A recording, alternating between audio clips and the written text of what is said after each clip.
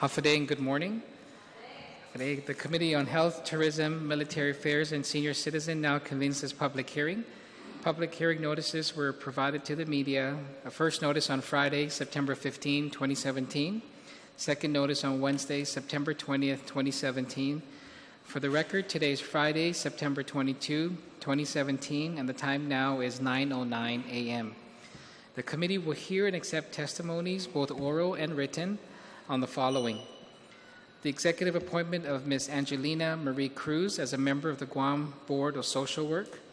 The executive appointment of Mr. Ju H. Ko as a member of the Department of Parks and Recreation Board of Commissioners. The executive appointment of Mr. Ramon T. Topasania as a member of the Department of Parks and Recreation Board of Commissioners. The executive appointment of Ms. Melissa Y. Weibel as a member of the Guam Memorial Hospital Authority Board of Trustees. The executive appointment of Dr. Ricardo M. Terlahi as a member of the Guam Memorial Hospital Board of Trustees. I'd like to recognize and acknowledge Senator Will Castro for being here with me this morning. Thank you very much, Senator. We'll hear those first on the items on the agenda. The executive appointment of Ms. Angelina Marie Cruz. If you can please take your seat.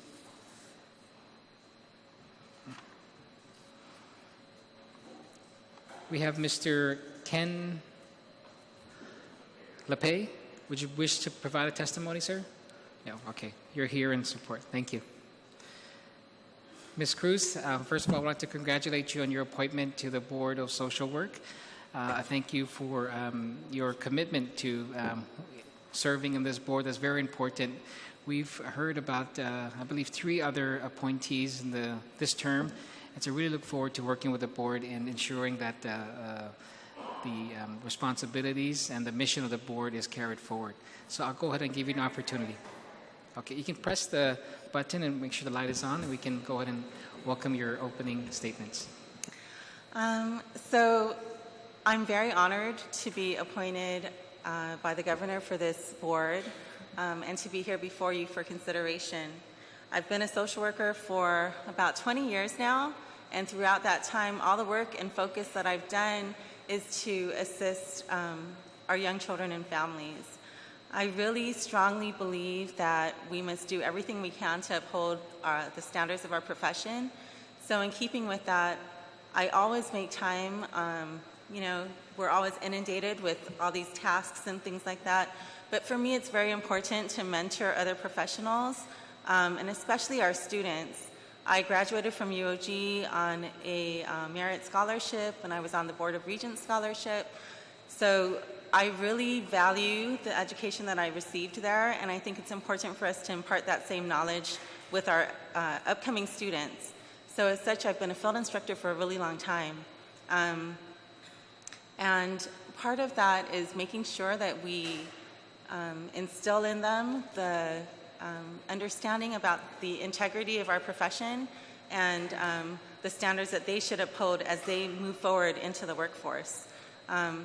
Also, in keeping with that, I want to make sure that all of the work that we do reflects the needs of our community. So I've been a member of the Guam Homeless Coalition for a long time. I've also worked with, because of all the work that I've done with the Homeless Coalition, I've been asked to be a member of other advisory panels it's kind of like, because I'm doing so much and I'm promoting it so well, it's like you get asked to participate in all these other things and help impart knowledge in that field. So I've been a part now representing the Guam Advisory Panel for Students with Disabilities and the Guam Interagency Coordinating Council. It's a lot of work, but I really believe that the work we do is important. And as I said, it's all about making sure that the values, ethics, and knowledge and mission of social work is promoted throughout the community. Great. Thank you very much. And I want to thank you for your service to the Department of Education. And really, as a social worker, I said in the last other appointments that you're really involved in the whole in life from womb to tomb, right? As yes. they say. Yes. And so I appreciate, I know at the hospital, social workers play a very crucial role in the delivery of healthcare, in the court system, in the education system. And I know now that, are you involved with the autism efforts with Hunter Speak organization? Not particularly with their organization, but I am part of the advisory panel for students with disabilities, and they are part of that group, some of those individuals. Okay, It's a very 'cause- worthwhile endeavor. I just wish that we can make the same focus for all of the different disabilities that we have. That's right. But I'm so glad that they're pushing forward with trying to promote better services on island for children with disabilities, especially autism. Great. We're seeing them more and more throughout our school systems, and I think it's not that there's more autistic children, but that we're doing a better job in identifying them. Great. Thank you very much. I'll go ahead and first I want to recognize Vice Speaker. Thank you, Vice Speaker Talai, for being here. Senator Castro, do you have any comments? I don't really have any questions. Just wanted to say thank you. I think the Social Work Board is really a very, very active board. So I know you're going to be active. And it looks like you have been very willing to give your time to the community.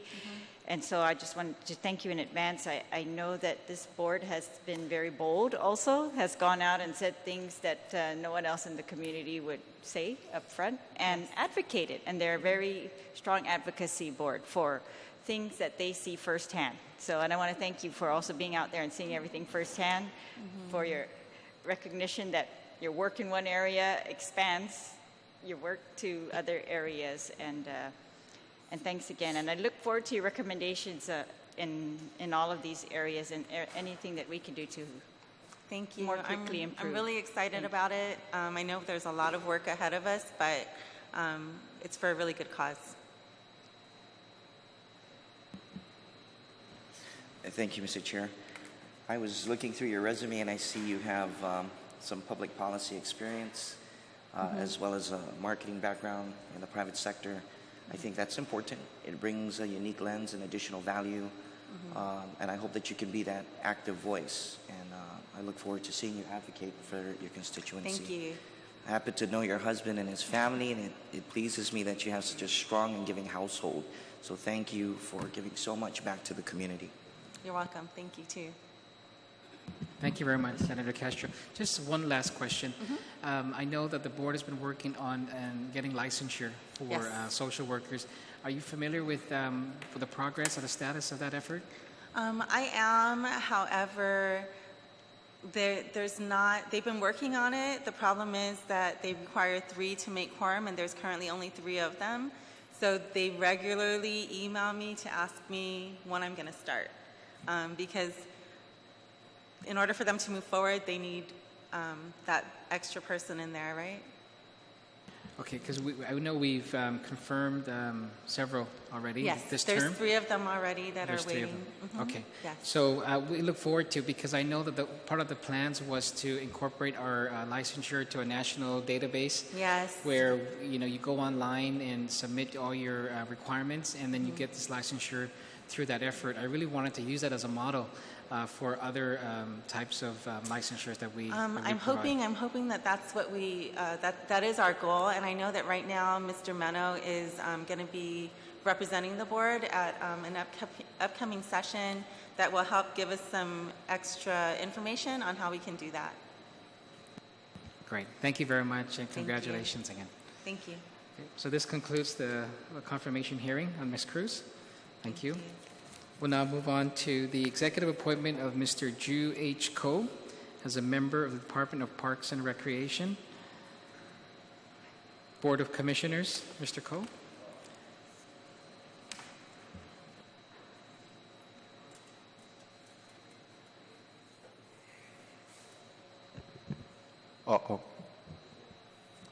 Morning, Senators. Is it possible that our chairman also can join? I think he's also the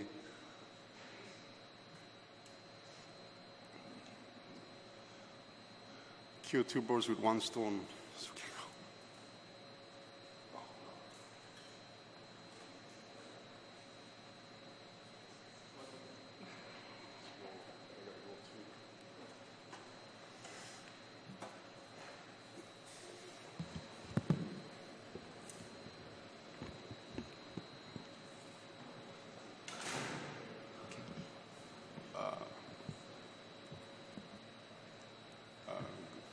Morning, Senators. Morning. Just a brief introduction of myself. My name is Ju H. Cole. I'm 45 years old, married. I have two very playful sons. One is K4, other one is second grade. And I was doing a calculation, and it seems like I can't retire until I reach 70 years old. I lived on Guam over 30 plus years. I attended middle school, high school, and college on Guam. My experience is, my first job was actually a real estate agent for Century 21, then got into construction, wholesaling, and now settled down with the retailing business. I really believe in civic duties, where when I turned 18 years old, I got naturalized. And first thing I did was go sign up for GEC as a registered voter. Until now, I have not missed a single primaries and general elections.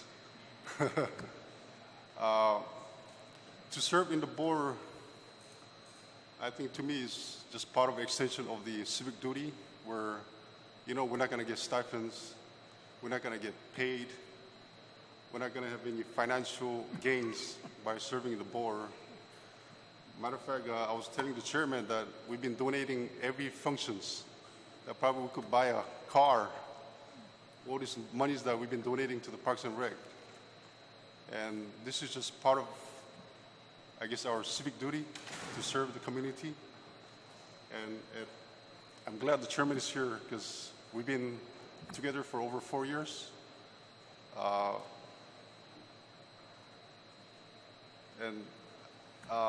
I'll thank the governor and the lieutenant governor for appointing me again. Thank you very much. Thank you very much, Mr. Cole. So, Mr. Cole, how long have you been serving in the Board of Commissioners? I started with Governor Cabo, so that was 4 years ago. Okay, great. So I want to thank you for your service and your continued service your willingness to serve on this important board. It's a new oversight of the committee, and we've met recently with the director and the new deputy director of Parks and Rec, and we understand the challenges that you face. But the legislature is committed to working with the department and ensuring that the proper resources is provided. So I want to thank you again for your service. Okay. Thank you very much. Thank you, Mr. Tapasna. Yes, it's very good to have him, because when there's some kind of an argument, either he'll walk out or he'll put up a good fight with it. And it's very good to have different nationality and on the commission. In that way, you can balance. You have Chamorro, Filipino, Korean, and a lot of other. But we also, because you are a new oversight chair, if you look over the Parks and Rec rules and law that the legislature put in, sometimes you're confused because we have more amendment in the Parks and Rec rules than any. Every section of the law or of the rules, you have an amendment. So because of you, Senator, as a new oversight, I'd like your committee to look at it and go through it on the beginning up until the end, because we have so many amendments, and sometimes you're trying to fight the dispute there in the commission, and you find out that sometimes you have to go through the Attorney General's office and look over it, whether we are saying the right thing or the wrong thing. So as an oversight chair, please spend some time looking over all this thing is not only the recreation area or the parks area, it's also the Linda Ogun, our individual that takes care of all the skeleton in the Parks and Rec. And if you look at that, you will find out that there's a lot of things that has to be amended. And all the other bad amendment, please look at it and sort it out, put it out, because the commission always confused of all the amendment that they put in. Every senator or every director that gets into the Parks and Rec, they're looking over for the benefit. So they will call the senator and look over for amendment. Please look at it, and if you have your staff have time, can be presented to you. Call us so that we can look at it and agree upon, so that we can go on. It's a big organization, the Parks and Rec. We used to have 160 some employees 12, 14 years ago. Now I think we have only 35, 40.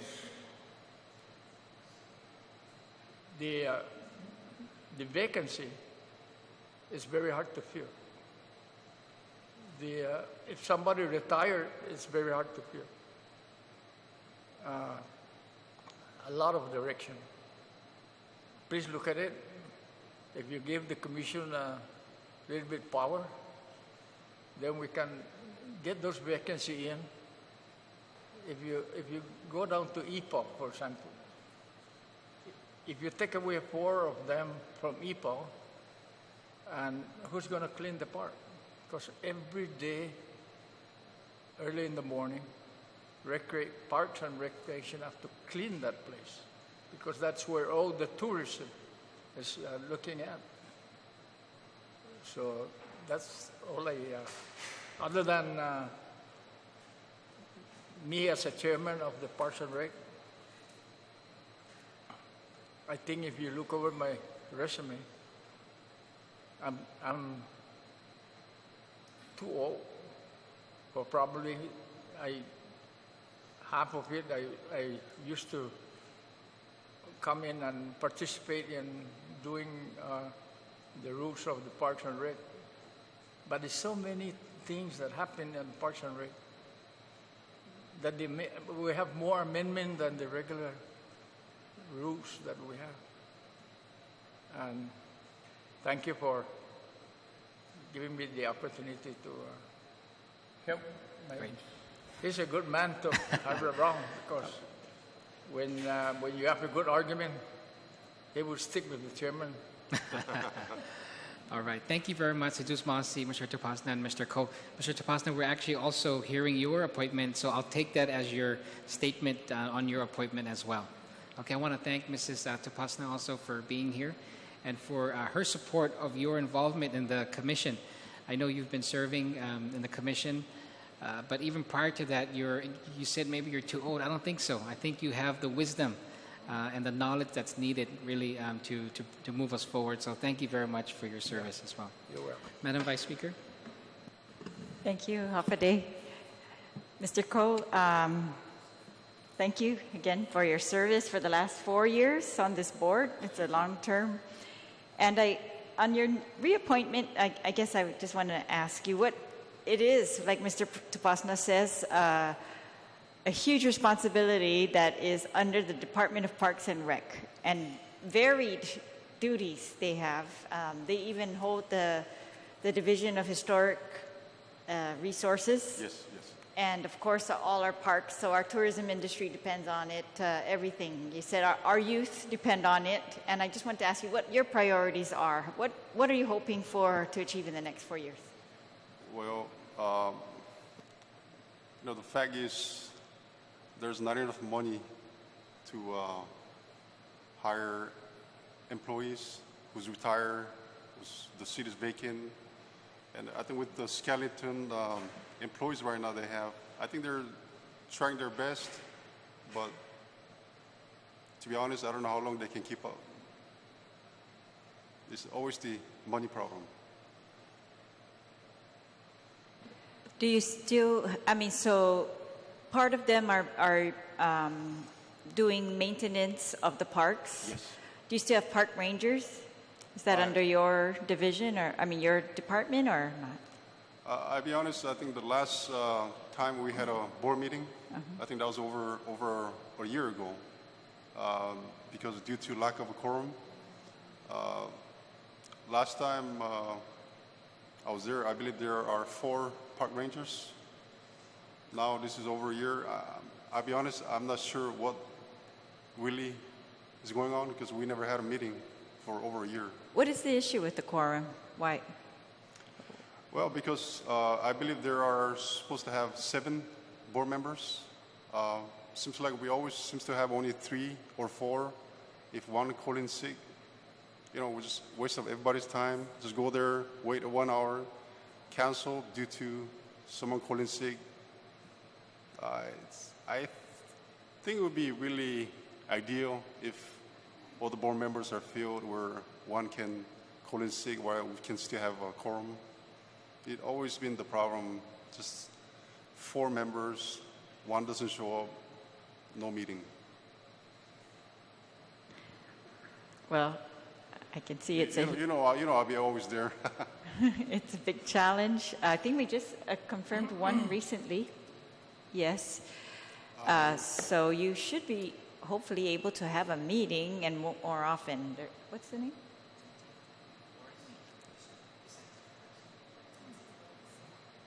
Tenti Flores. Well, I'm sure that the chairman will communicate with you so that you can let him know about the meetings. But yes, so yeah, that sounds like a huge challenge. Only 4 park rangers for all of Guam. Yes. Does not seem adequate at all. And I can imagine the rules that you also described cannot be enforced, and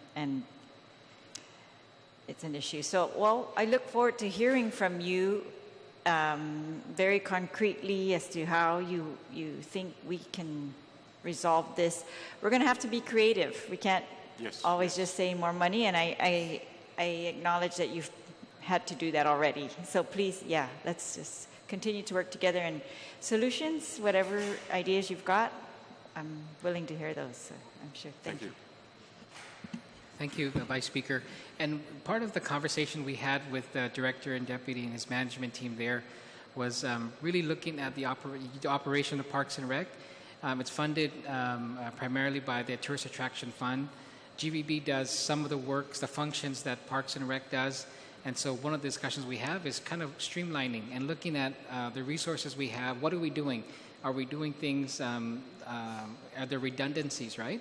And so these are the discussions we're having, and we want to bring you in to this discussion as well as the other issues that Mr. Tapasna has brought up today. So we look forward to working closely with you.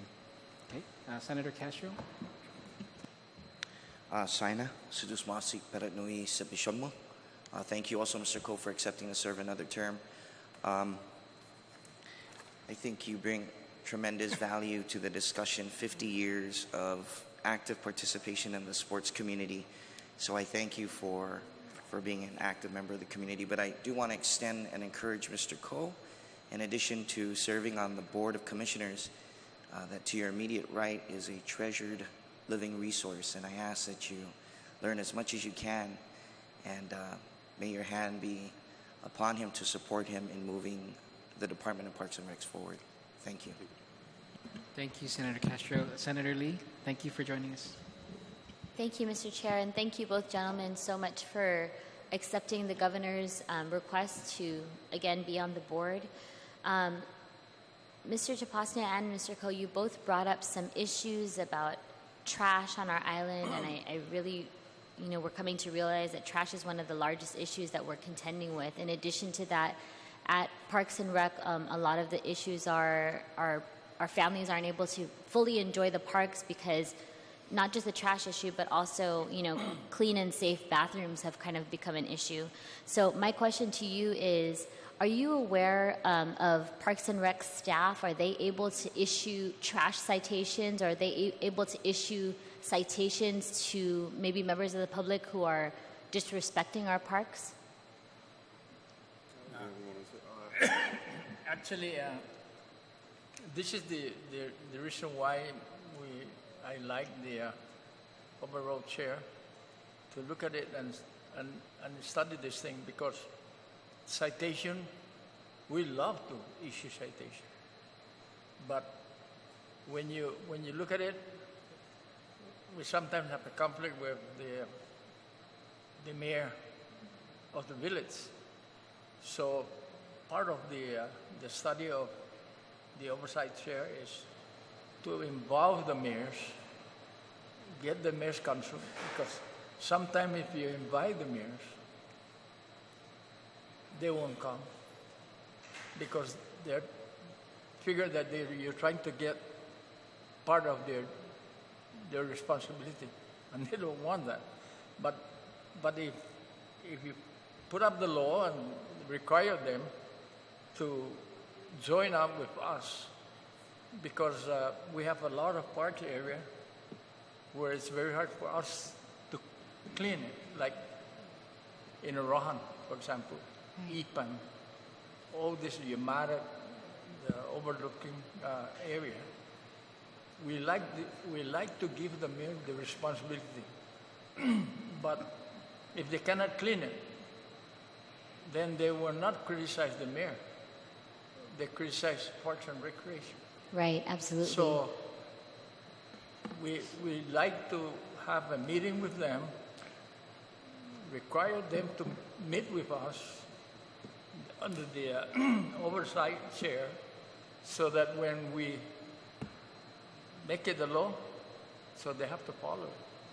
Thank you, Mr. Tapastia. And according to the chair, we recently approved the nomination of Vicente Flores to your board. So again, with regard to your quorum issues for board meetings, we really hope that you're able to meet more regularly and as soon as possible to start addressing these issues.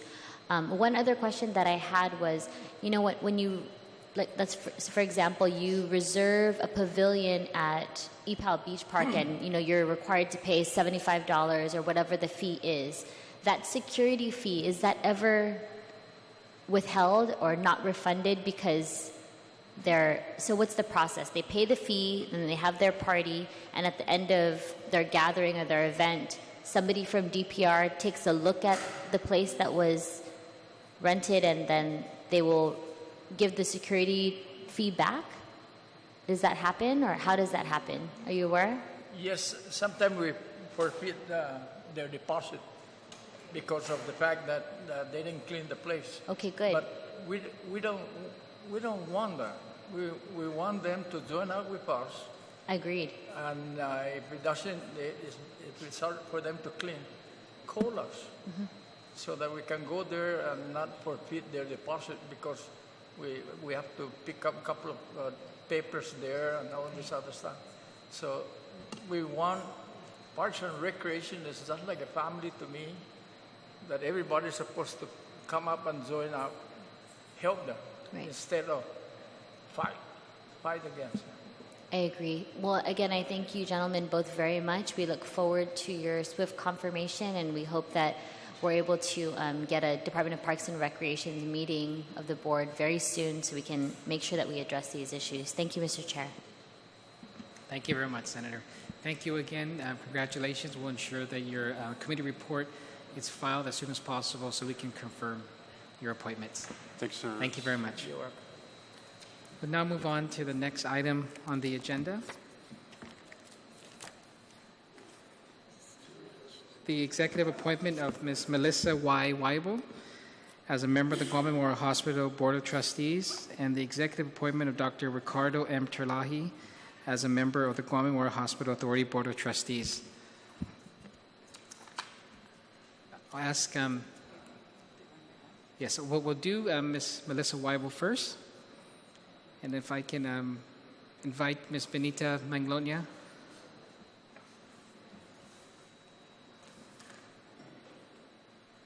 We'll go on and recognize the CFO first for her statements, and then we'll recognize you. Thank you. Thank you, Senator Rodriguez and Senator Will Castro and Vice Speaker Terlahi and Senator Regine Lee. Thank you for this opportunity to speak before you to talk about Speaker Weibel's reconfirmation. And she has been with us for over a year now, and the fact that she has been reappointed again and here and have been confirmed in the past, her credentials speaks for itself, and she has the dedication and the commitment to continue serving Guam Memorial Hospital. She understands the hospital's challenges, and she understands the need to improve and upgrade the standard of care for our community, and specifically upgrading GMH. She works well with hospital leadership in understanding and addressing the plight of the hospital, and she always asks the hard questions. And we always have a healthy exchange, and she always goes overtime in our meetings because she's very passionate about understanding and fixing issues that are presented to her. And she has been a pleasure to work with. And please confirm Ms. Weibel to continue her dedicated passion to transform GMH. I have a very simple and short testimony. I'm here to support her confirmation. Thank you. Thank you very much, Ms. Mangonia, for that testimony. And Melissa, I want to thank you for your service at GMH, but also for what you do out in the community in your service at Surgery Center. I want to thank your husband, too, for standing behind you and giving you the support to do what you do in the community. And I want to congratulate you again for the reconfirmation, reappointment, and we're here to reconfirm you. So we'll go ahead and allow you to do your opening. Really, the only thing I would have to say is that I'm very humbled by the opportunity to be able to serve. I think that as human beings on the planet, we all have a responsibility to serve one another in whatever capacity we can. So I'm grateful for the opportunity to do that. And you're right, there's not much I could do without the support of my husband. Even when I'm tired, he's the one who will say, you need to get out there and finish the job. And working with the members of the board and with the administration at the hospital has been a pleasure. It's an uphill battle. There's in every business, there are issues that need to be addressed and dealt with. And I think being on this island so far removed from a lot of the support systems that are available to hospitals of similar capacity are not here. And so we have to be a whole lot more creative, and we have to get a lot more support from the community in order to make that hospital the best that it can be. But I think that there are individuals within that facility that do that every day. They come with the hope of making today a better day at the hospital and to impact in a positive way the patients that they serve. So being able to be there to support those individuals in the work that they're doing day in and day out is truly an honor for me. All right, thank you very much. And Eric, again, thank you for your support as well. And I agree with you, Melissa, that there's a lot of people in the hospital, and we've supported them over and over again, that come to the hospital with the very limited resources we have there and make it work for our people. I want to just focus specifically on your role in the board. I understand that you chair the Human Resources, mm-hmm. and you also work with the nursing committee. Yeah. That's great, as a nurse yourself. And one of the biggest issues I know during the budget hearing and also issues we had is the shortage of nurses, right? Number one, the recruitment and also the retention. I know that the nursing community has worked on what they call a nursing ladder, a proposal to work and address the retention and the recruitment of nurses. How far are you with that?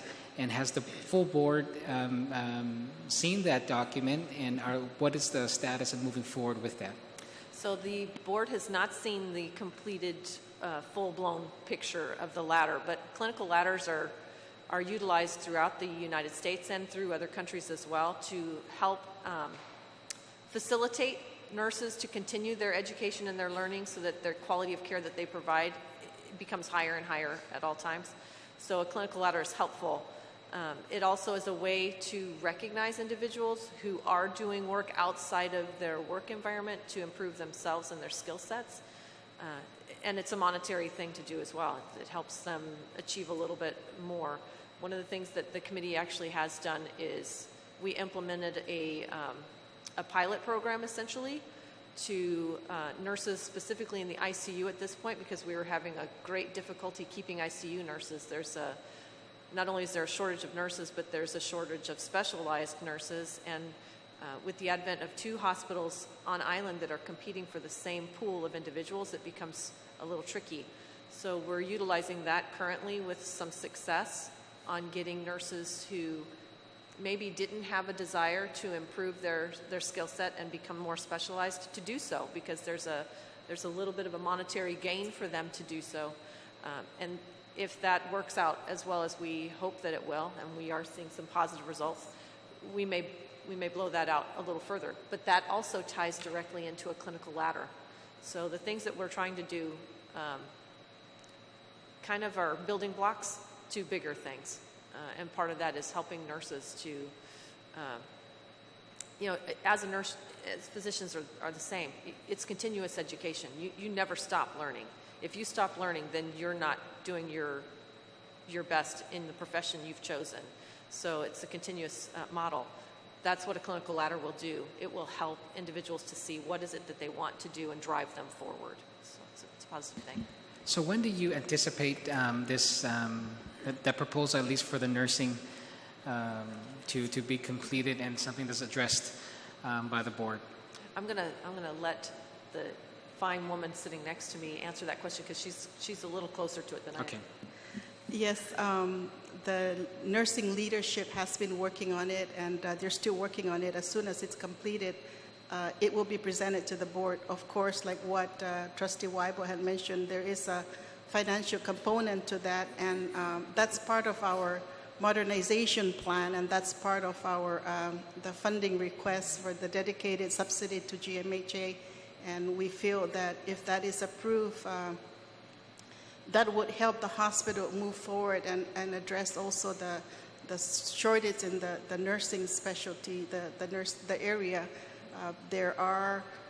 I'm sure that there are our own people that have gone off island and would love to come back, but they're discouraged when they come and see a facility that is dilapidated and it's not really up to standard. And these nurses go off island and they're trained off island, and the types of equipment that they're being trained to use are not really available here. We have older equipment, and they're not. Those are not the tools that they're used to using in the mainland. So I'm hopeful that if this body approves that the modernization plan, Bills 141 and 142, I'm sure that these issues with recruitment will lessen, because we will have the resources to be able to have provide training and encourage people to come back. We encourage our people to come back, including physicians as well. Okay, thank you. So when is the board going to see that proposal? Because I know it's kind of indirectly tied in to the whole modernization, and that's something that we would address, right? Absolutely. Yes, that's correct. But when is that proposal, that nursing ladder proposal, when do you see, from the subcommittee standpoint, to be able to present it to the board? I think it's close. Yes, it is. They are working on it. They're working diligently on it, and as soon as it's completed, it will be presented to the subcommittee for discussion first before it's presented to the full board. Yes. I expect to see that before the end of the year. Yes. Okay, great. Thank you. Just one more last question for myself, and I ask my colleagues. One of the things that kind of bother me from the public, from certain sectors in the public, is that GMH has always said you have too many employees there. And every time we work with the hospital, we know that everyone there has a function, critical function. So has the board, at least the subcommittee, the human resources, really taken the evaluation and look at the people you have there and justified these positions? Because I don't agree with that. I don't agree with that statement that you have too much people, because at least from as a layperson from the outside, look and know that every individual there plays a very crucial role. But I think it's important from the hospital standpoint that you address that. I know in the last Guam Medical Association meeting that was brought up. So I really would like to see that GMH from the board really have a strong statement and justify, because if it's discovered that we do have too many, then say so, right? If it's not, then there's something that we really have to have a very strong statement from GMH. Right.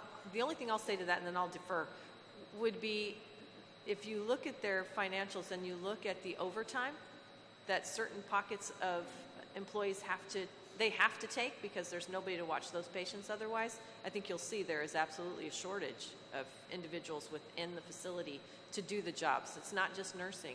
Housekeeping gets involved in that, and some of the other units and employees do as well.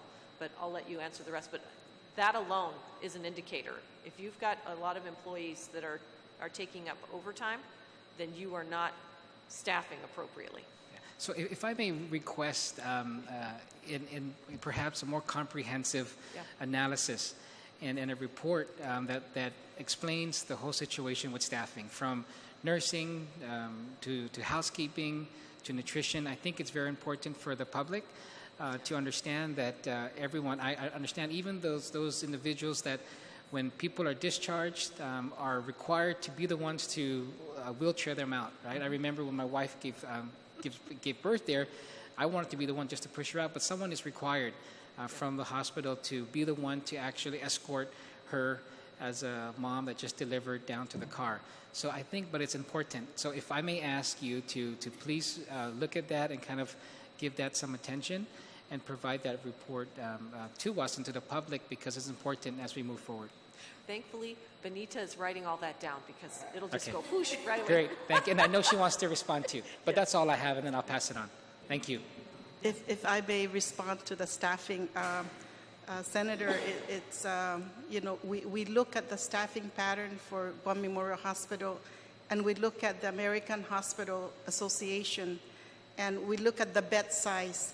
And when you look at the bed size of GMH and you look at the bed size of the community hospitals, our size in the mainland, we are not overstaffed. We're in the median range.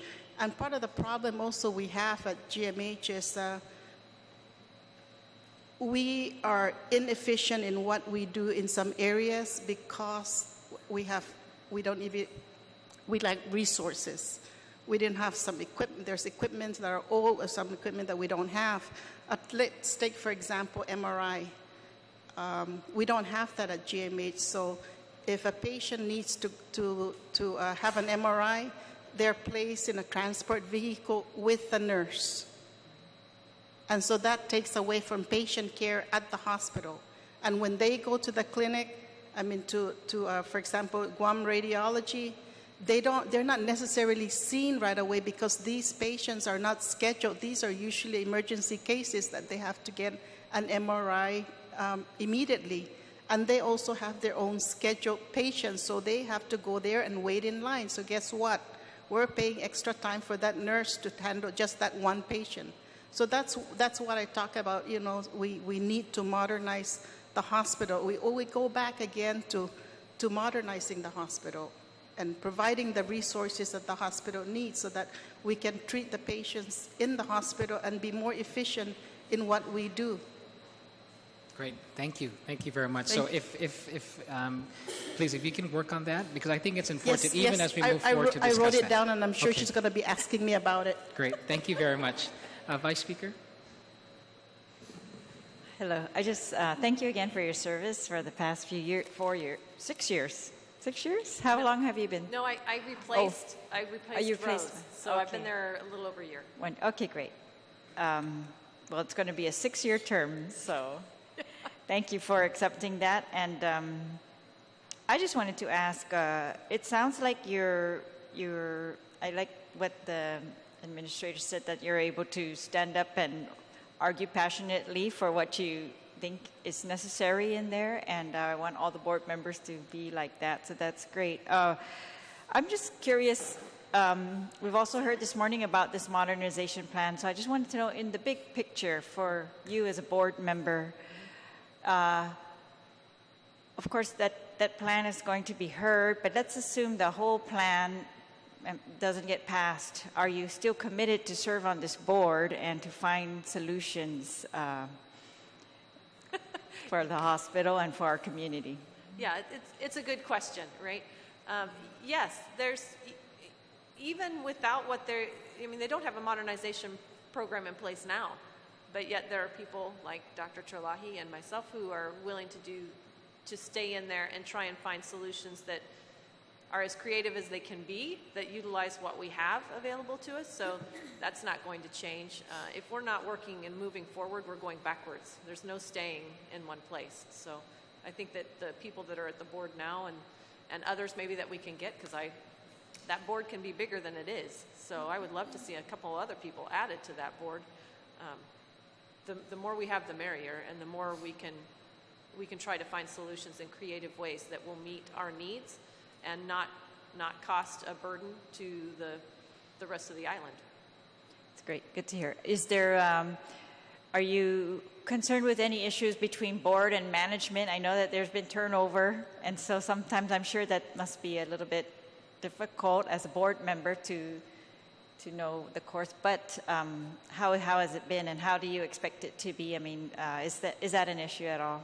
No, I don't find it to be so. If I send an email or if I make a phone call, I'm always heard and responded to in a what I call a quick fashion. So I don't see that as an issue. And realistically, people are not the same. That's part of why it's great to live in an environment where there's a lot of different individuals with different cultures and backgrounds. That adds to the positive nature of moving forward. All right, great. Well, good to hear, and welcome, Peter John. And, all right, thank you again for your service. Yeah, you're welcome. Thank you, Vice Speaker, Senator Castro, and I want to just recognize Peter John. Thank you very much for being here. No problem. She gave your tardy slip. Thank you, Mr. Chair. I just want to say that I've had the privilege to work with Ms. Weibel, and I was always impressed with your institutional knowledge, your knowledge of the industry, your humility, but your steadfastness in advocating for the hospital. And I didn't realize you're an active member of your church community, but I do want to say, Mr. Chair, I have firsthand experience in working with a professional, and I thank you very much for agreeing to serve on the board. It's going to be a great ride and a tough fight forward, and I do support the modernization plan. Thank you very much. Senator Lee. Thank you, Mr. Chair, and yes, thank you so much, Ms. Weibel, for accepting the governor's request to be on the board or stay on the board. You were mentioning that you've been on for about a year now, so you have a little bit of an idea of what to expect in the next few years to come. I really appreciate your response to the Vice Speaker's question about finding solutions to meet the needs that we have and to use the existing resources, albeit limited, that you try to use the existing resources that we have and maybe work to seek additional resources. That being said, I wanted to ask you about, I know you've only been on the board for about a year, but I wanted to ask you about if you have any ideas or maybe have an update for the committee on JCAHO accreditation. Yeah, so I think the hospital is actually really on top of Joint Commission and what the requirements are for that. People think that getting initial Joint Commission accreditation is difficult. Actually, that's not the hard part. It's maintaining it once you've had it. And it's a rare thing for Joint Commission to come in and not find something wrong. The whole point of having Joint Commission come is to help you as an entity continue to improve what you do and to continue to keep data and put in new processes so that you're making everything better, not just certain subsets, but making everything better. And I think the hospital's well equipped to do that. And at every meeting, there is some discussion about Joint Commission, where are we at with different levels of care that need to be addressed. And it ties in, you know, the hospital has the burden also of taking care of outside entities and agencies, not just their own. You know, they have Department of Corrections that they're dealing with. They have the SNU that they're dealing with. There's also Joint Commission items that have to be addressed to those, the work they do in those institutions also. So I think they're very well versed in what they need to do and work very hard to keep and maintain that status. Thank you very much. I really appreciate the, you know, the fullness of your answer, and really it helps us to see that you really understand it from kind of a big picture perspective, as well as, you know, your experience as an OR nurse and other clinical aspects of this role is really appreciated. I think my final question to you would be, if there was one concern, it doesn't have to be a major concern that we might be hearing about daily in the media or different things like that, but something that is of most concern to you, that you are very passionate about, that you will be working towards, what would that be? Wow, that's a good question. Finance. Right? Holy smokes. I know it's difficult to kind of just pick one, but... Right. Yeah, I think that probably the single biggest issue and concern for the hospital daily, the stuff that keeps everybody up at night, is there appropriate funding to keep doing what we're trying to do? Is there enough money to pay payroll? Is there enough money to purchase new equipment? Is there enough? That, I think all business owners, that keeps them up. Do we have the resources we need to continue to do what we're doing and to continue to improve what we're doing? You know, training new nurses, new housekeepers how to do the job, risk infection control, all those things take some sort of funding from somewhere. So that's probably the biggest.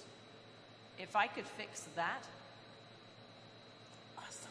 I could retire, right? Because I would, yeah, that's probably the biggest thing that keeps me up, trying to figure out what can we do to actually allow the hospital the ability to do what it should be doing, which is concentrating on patient care more so than concentrating on financial health. Well, we want to thank you, certainly thank you in advance for keeping up that fight and that spirit, and asking those tough questions and making sure that we're able to use what limited resources we have wisely and make the case that additional resources are necessary. Thank you, Mr. Chair. Thank you, Senator. Mr. Camacho, I want to recognize you.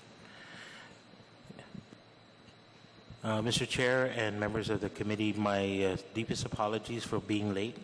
I came from a meeting that started at 8 o'clock and ended at about 8:40. I'm like going, oh, please continue. I wanted to be here to share with you my thoughts on the appointments, reappointments for Trustee Weibel and also for Trustee Terlahi. With regards to Trustee Weibel, in the very short time that she's been on the board and working with us, it's been really exciting. It's been fun. I can share with you that when we have our subcommittee meetings, of which she is the chair, they're very lively discussions, and the time passes really fast because there's just so many things that we're discussing and trying to figure out what it is that we need to do. So we're very privileged to be able to have Trustee Weibel on with her experience as a nurse and having been in the healthcare industry for the years that she's worked in it. And then also she brings that, well, in our business, this is what we do. Is there something that we may be able to kind of look at for GMH? So that dynamic is really important to us. With her leadership, along with Trustee Posadas, we're looking at the nursing career ladder, so that we can take a look at addressing that need. We have a really nice, beautiful intensive care unit. It has a capacity for 14 beds, but because of staffing, we really run only 6, depending on what staffing we have. So that creates challenges for the ICU staff, and we address that. So if a patient comes in and if we're full in the ICU, they get probably held in the ER, or they may be put up in telemetry, but still. So we want to take a look at how we can address that, and not only for the critical area of intensive care, but also in other critical areas of the hospital, nursing areas like the ER, like the OR, like labor and delivery. All of those, and to me, all of the nursing units that we have really are specialty areas. And so we want to make sure that we're looking at options that maybe we can bring in that, whether it's increasing, improving the compensation level, or whether it's taking a look at, are there any options that we might be able to look at with regards to bringing in non-U.S. nurses.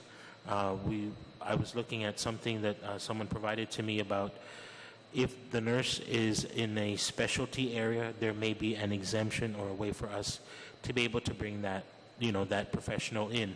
So it's never a dull moment, and it's been a real great pleasure and honor working with Trustee Weibel in her capacity as a member of the board. And I'm sure one of many other voices, even though they're not here, who are respectfully requesting that you recommend her confirmation to the full legislature. Thank you. Thank you very much, PJ, for the testimony. We did speak about the nursing matter earlier, and I know that they said that perhaps before the end of the year, that's a proposal that will be before the full board. So we look forward to working with you on that and implementing that, because we know how important it is. We also requested an analysis of the total employees of the hospital. We shared, and it's a frustration I know that you share too, when you're told you have too many people there, but knowing me as from the outside seeing that all those people are crucial, and so that's a analysis that I've asked Trustee Weibel to kind of spearhead in the subcommittee so that we can ensure that we have those justifications moving forward. Okay. So again, thank you very much for your testimony, for your commitment. I want to thank, of course, both Peter John and Benita for your service, and also Mr. Ed for your service at the hospital. Thank you very much. Okay, we'll go ahead now and move on to the next appointee, Dr. Ricardo Terlahi. We can call you Dr. Terlahi.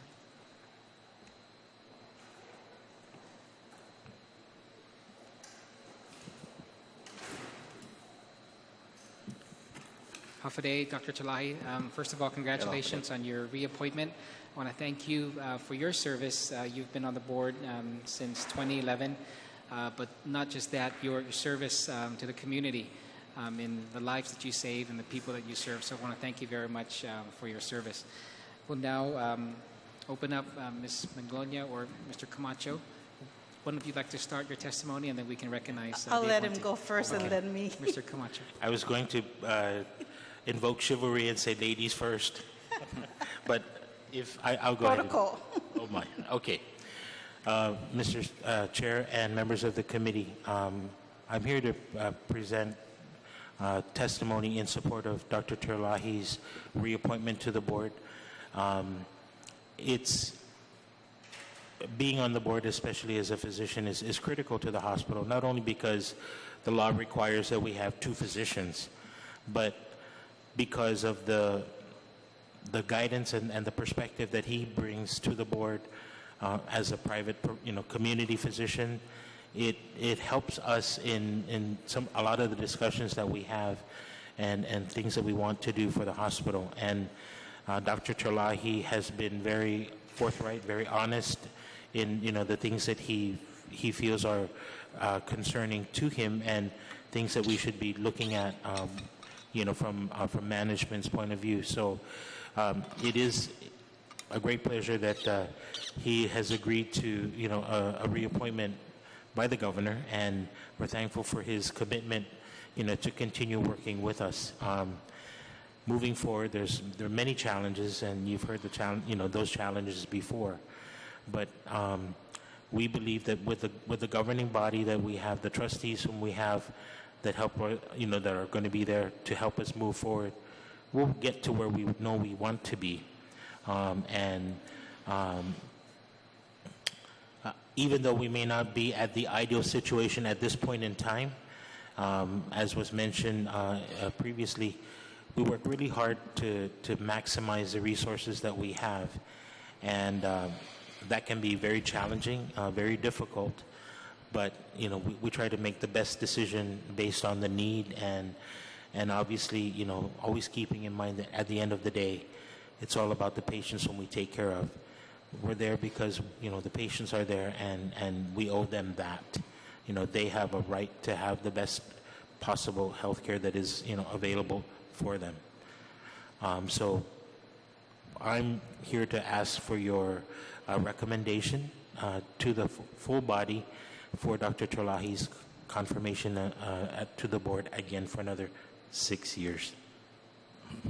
Thank you very much, Mr. Camacho, and your wish is granted because I, for one, myself support both their reappointments. Thank you, sir. So thank you.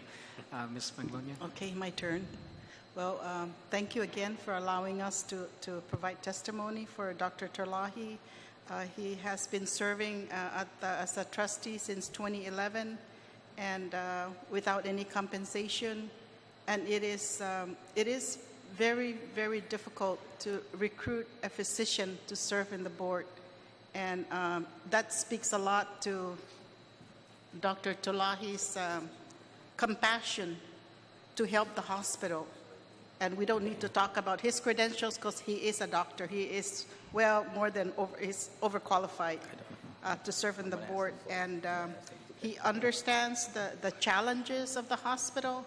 And he has the dedication, the commitment to see the hospital move forward. He understands the need to improve and upgrade the facility.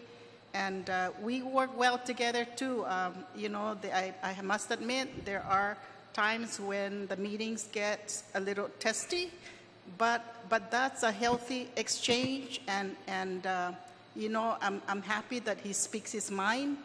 And the bottom line is we talk it over and we discuss his position, we discuss our position, and we always come to a consensus and help him understand where we're coming from, and we also understand where he's coming from. So it's always a healthy dialogue, and he really adds a good mix to the group. And it's been a pleasure working with him, and he's always asking the hard questions, and he's always holding us accountable. And please confirm him, please reconfirm him, because we need a physician in the group and as in the board. And he is dedicated, and I know that he's presenting himself here to serve another 6 years, right?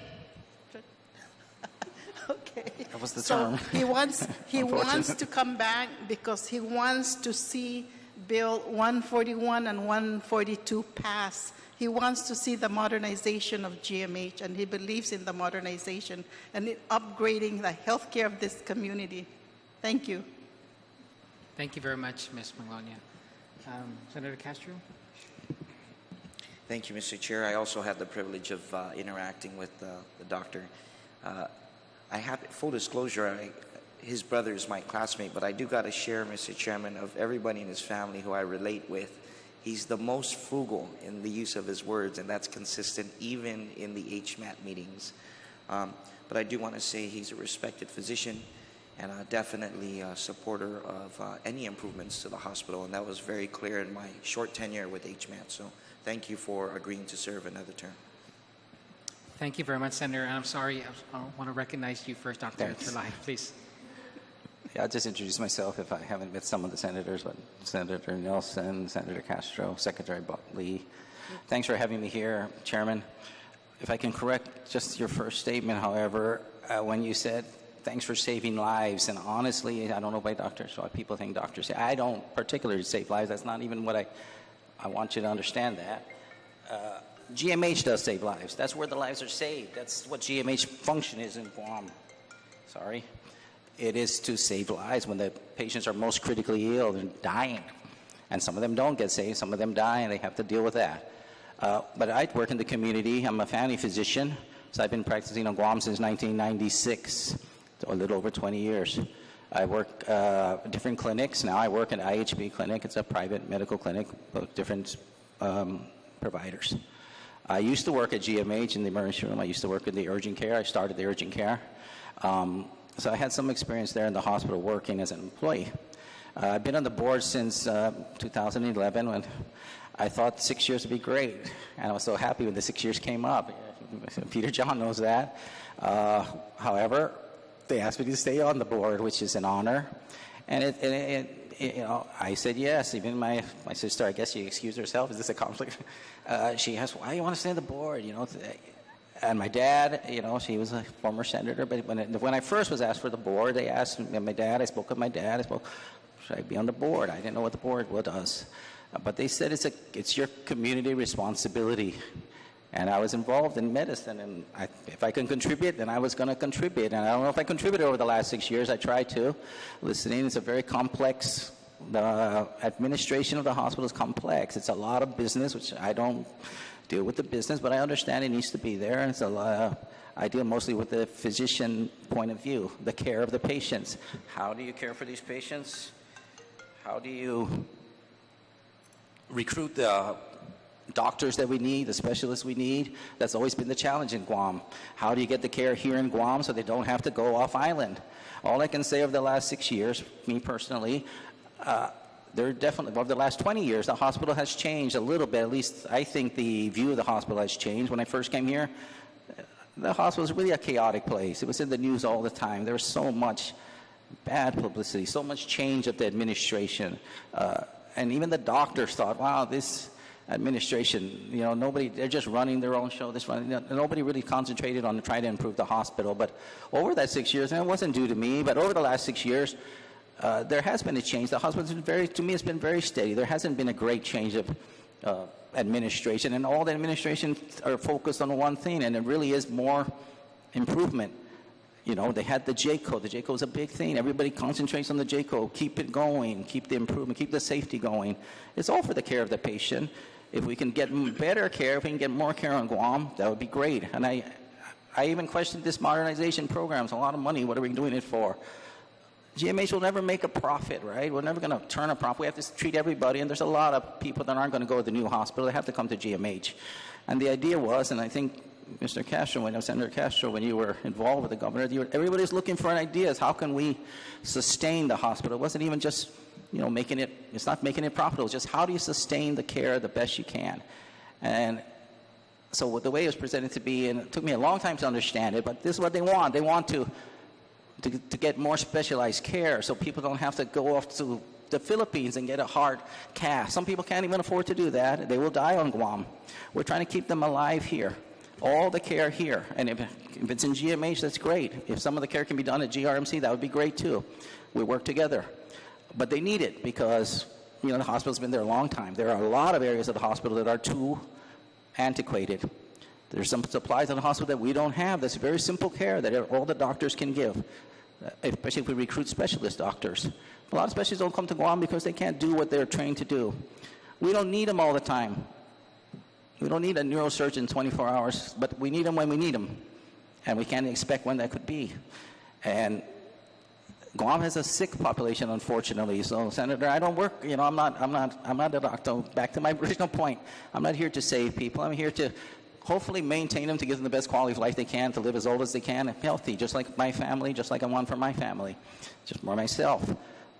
But the people get sick, and Guam, we work. I think the senator too really emphasizes health care, as in let's stay healthy so we don't need the hospital.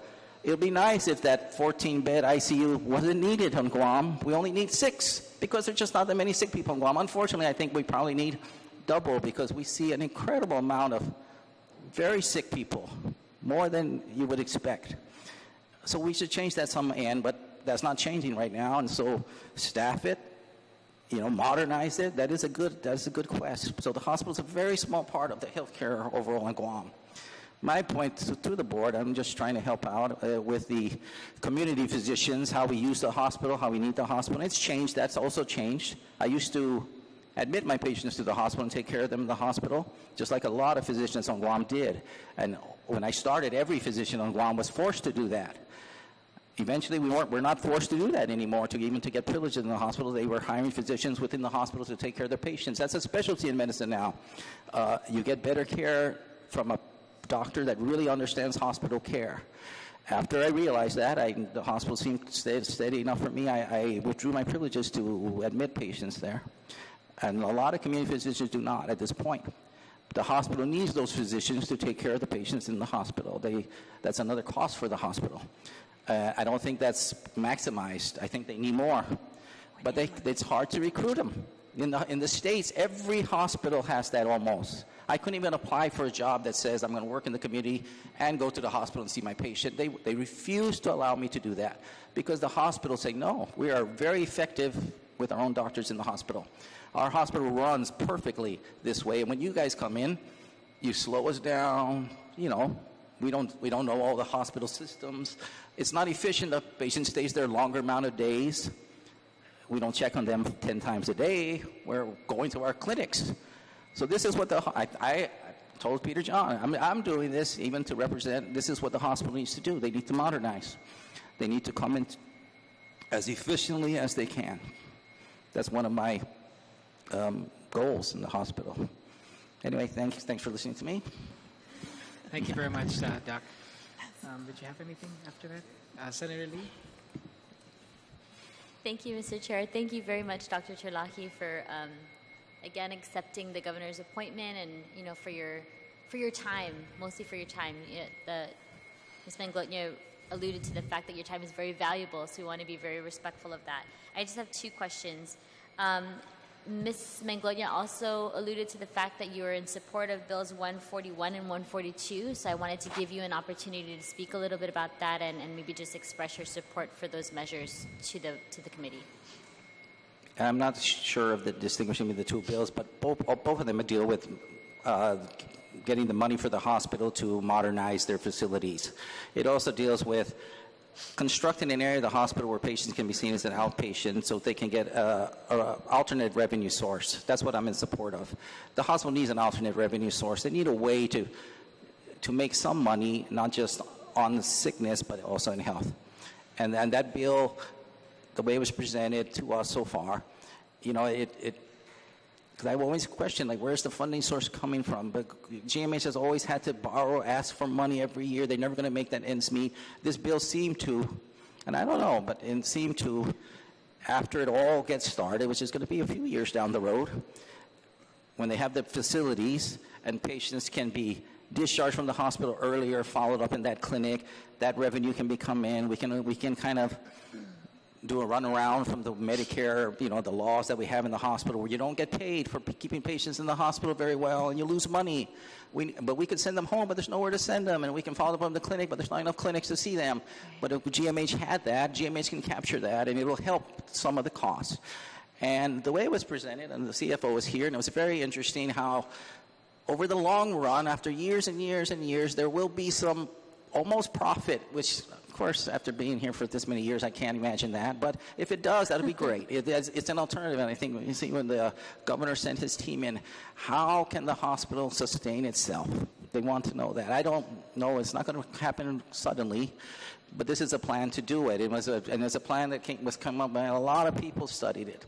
So I supported it. Now I'm supporting it because it does. It gives us more modern medicine. It updates the facilities that we really need updated, and we really need to keep the supplies coming. That's the main thing. We need to keep the supplies coming. We need to get employees in there to work.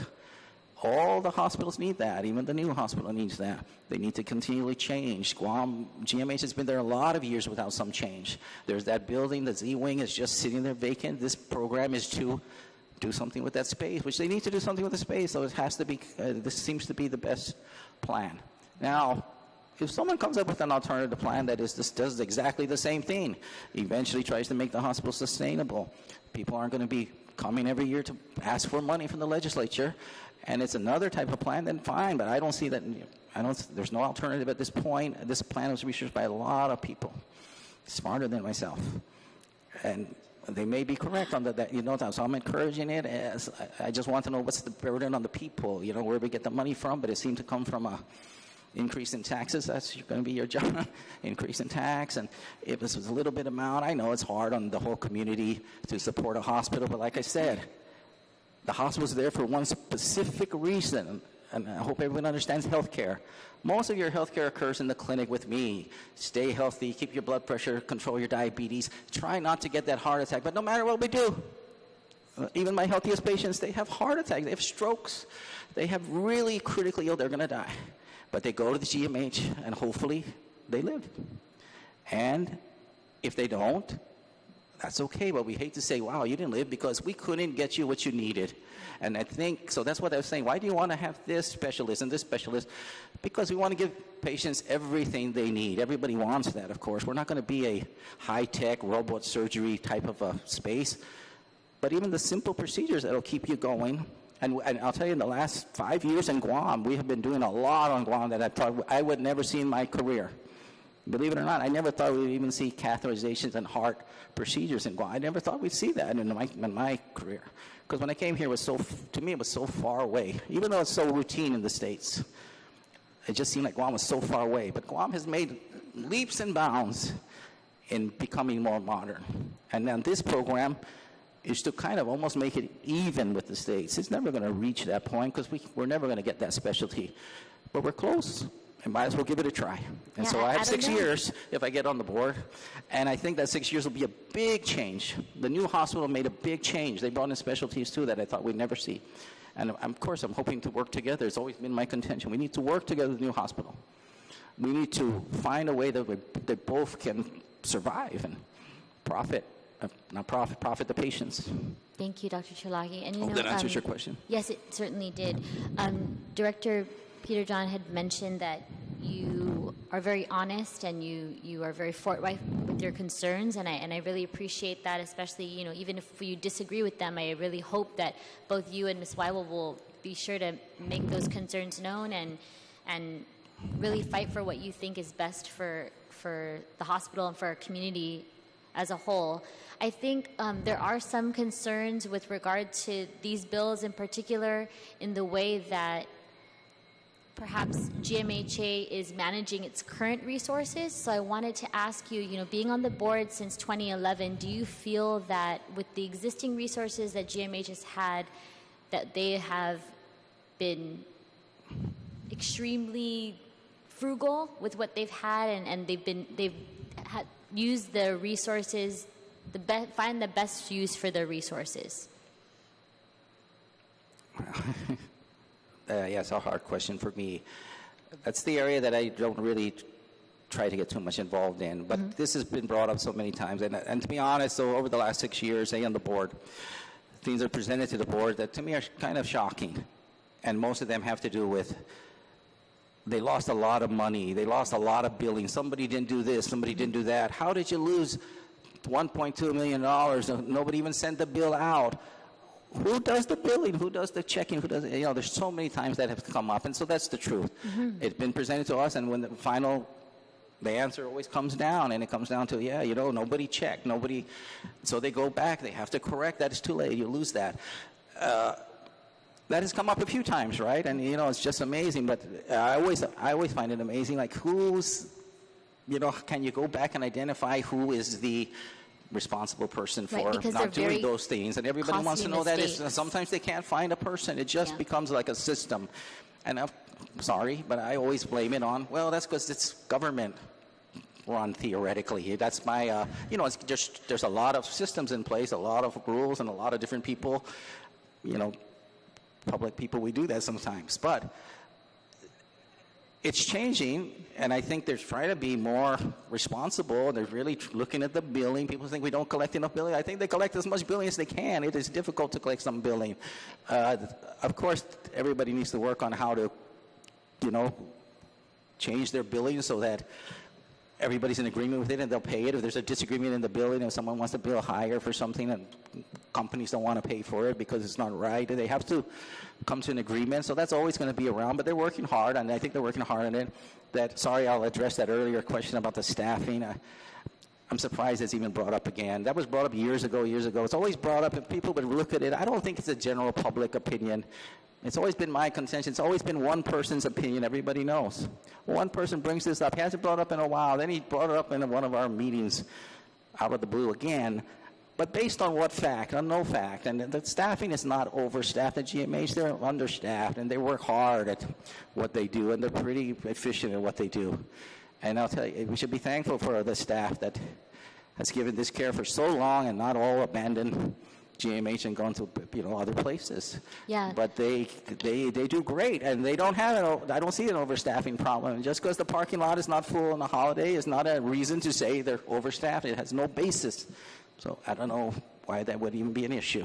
Should not Again, be I brought up in really- the future. It's been studied so many times. Right. I really Straightforward. appreciate your candid response and just being forthright. I think that's what they're talking about in the board meetings. You're able to kind of give your perspective regardless of. And I speak out on my own personal opinions in the hospital. My Right. family goes there. I go there. I've been there. I've worked there. I see patients come there. I see, how come you don't bill the patient? How come I was there? Nobody billed me. What Right. happened? Where do we get that? We should change this. And I People wait a agree long with time you. in the emergency room. I know that. I work there. I'm like, how come they wait so long? How can that become more efficient? And sure, not everything's perfect, but I think everybody there really does strive to become better, be efficient, conscientious of the bottom line. Certainly, the administration, with Peter John, Benita recently, I think that's what they're striving for. I don't see too many frivolous expenses for nothing. Thank you very much, Dr. Terlahi. One last point that I wanted to make. You were just talking a little bit about recruiting more physicians and more healthcare professionals. You mentioned that kind of in your oral testimony, and I want to continue to encourage you to do that, and maybe we can have an offline conversation about an idea that I had with regard to that and ways that we might be able to recruit medical students and make sure that they get the credit that they would otherwise get in, I guess, That's a great on idea. I just island heard that idea. I'm sorry, Yeah. in the United States, I don't think they get the same amount of credit if they were to do some of their rotations or volunteer hours at GMH. For some reason, there's a gap there, and I want to work with you guys to try to fill that gap so we can get additional healthcare professionals here correct. in Guam. Okay, thank you very much, Mr. Chair. Thank you. Thank you, Senator. Senator Nelson? Thank you, Mr. Chair. I don't really have any questions, but I do want to thank you for the work that you have been doing. I know I never met you, but I know of you, and so thank you for your continued work, and thank you for accepting this nomination. I also want to thank GMH for all the hard work that they do. I know it's not easy a lot of times, trying to meet the care of the patient, and sometimes you weigh in the dollar or the life. And I want to thank GMH for always considering the life and the dignity of the patient. That's very fundamental. I understand that there are some people that you hold in GMH because they have no family to go to.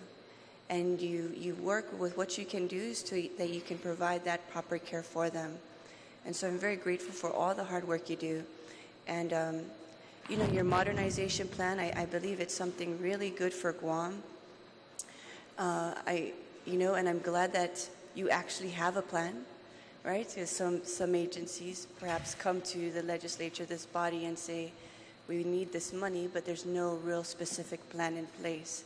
So thank you for your thoroughness. I think that really brings a lot of common sense, right, to what you are asking. So thank you, Dr. Terlahi, for coming before here today and accepting this nomination. I support this nomination, and thank you also, Ms. Benita and Mr. Camacho, for all the hard work that you do to keep GMH sustainable. I really am grateful. Thank you, Mr. Chair. Thank you very much, Senator Nelson. Again, thank you very much for being here today, Dr. Terlahi. I know you're very humble, and that's why when I say that you save life, doctors, that's my idea of a doctor. That's my impression. I know that's what doctor does, but thank you again. There's only one thing, Doc, that I want to ask as your role as a trustee, specifically as a physician, is that we really, and Peter John knows, we really work harder to kind of bridge our physicians with within the community, specifically with GRMC and GMH, to kind of get us working together. I know that there were some challenges in doing that, but we just got to keep on moving in that direction, because we do hear a certain issues that do come up that is unfortunate, but I'm hoping that we can really kind of resolve that and make it work better, because at the end of the day, it's our people that are in the middle. So again, thank you very much for your commitment. Likewise to Benita and Peter John, to Melissa, and to the team at GMH. I know that you've talked a lot about the modernization plan, and I know that this body would address that at some point in time, but we've always provided the support needed to GMH. So again, thank you, and have a great day and a great weekend. God bless you. Thank you. Thank you, Mr. Chair. So the time now is 10:34. The committee adjourns this public hearing.